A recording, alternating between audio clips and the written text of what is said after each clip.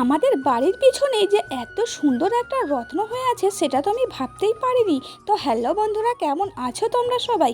তো আজকে আমি গেছিলাম বাড়ির পিছনে, তার কারণ বাড়ির পিছনে মামারা একটা পেয়ারা গাছ লাগিয়েছে। আর মামা বলল দেখা একটা পাকা পেয়ারা হয়ে আছে, সেই জন্য পেয়ারাটা আনতে এসে দেখি ও মা, এত সুন্দর একটা গাছ আমি তো দেখতেই পাইনি। আমি না আসলে তো গাছটা খুঁজেই পেতাম না, তাই মামা জিজ্ঞেস করলো ওটা কী গাছ নিচ্ছিস।